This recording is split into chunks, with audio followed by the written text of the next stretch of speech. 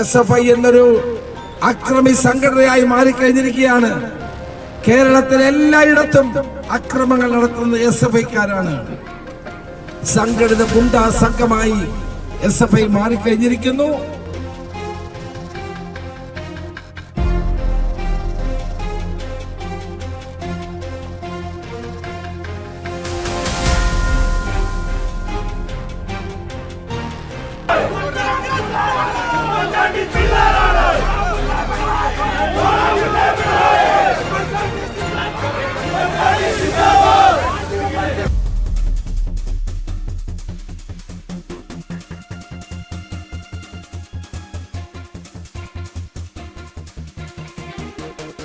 റാഗിങ്ങിനെതിരെയുള്ള അതിശക്തമായ പ്രതിഷേധമാണ് ഇവിടെ അണപൊട്ടി ഒഴുകുന്നത്.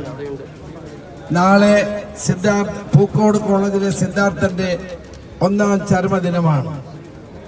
ഒരു പാവപ്പെട്ട വിദ്യാർത്ഥിയെ തല്ലിക്കൊന്ന സംഭവത്തിൽ പ്രതികളെ സംരക്ഷിക്കാൻ കേരളത്തിലെ ഗവൺമെന്റും പോലീസും ശ്രമിക്കുന്നത് പോലെ തന്നെയാണ് ഇവിടുത്തെ ഗവൺമെന്റ് നഴ്സിംഗ് കോളേജിലെ SFIക്കാരായ ഗുണ്ടകളെ, അക്രമകാരികളെ സംരക്ഷിക്കാൻ ഇവിടെ പോലീസ് ശ്രമിക്കുന്നത്. ഇതുവരെ അവരെ കസ്റ്റഡിയിൽ വാങ്ങിയിട്ടില്ല. ഈ പോലീസിന്റെ അന്വേഷണം നമുക്കൊരിക്കലും നീതിപൂർവമായ അന്വേഷണമായി വരുമെന്ന് തോന്നുന്നില്ല. പൂക്കോട് സിദ്ധാർത്ഥന് നീതി കൊടുക്കാത്ത പോലീസ് ഈ കാര്യത്തിന് നീതി നൽകുമെന്ന് ഒരിക്കലും നമുക്ക് പറയാൻ കഴിയില്ല.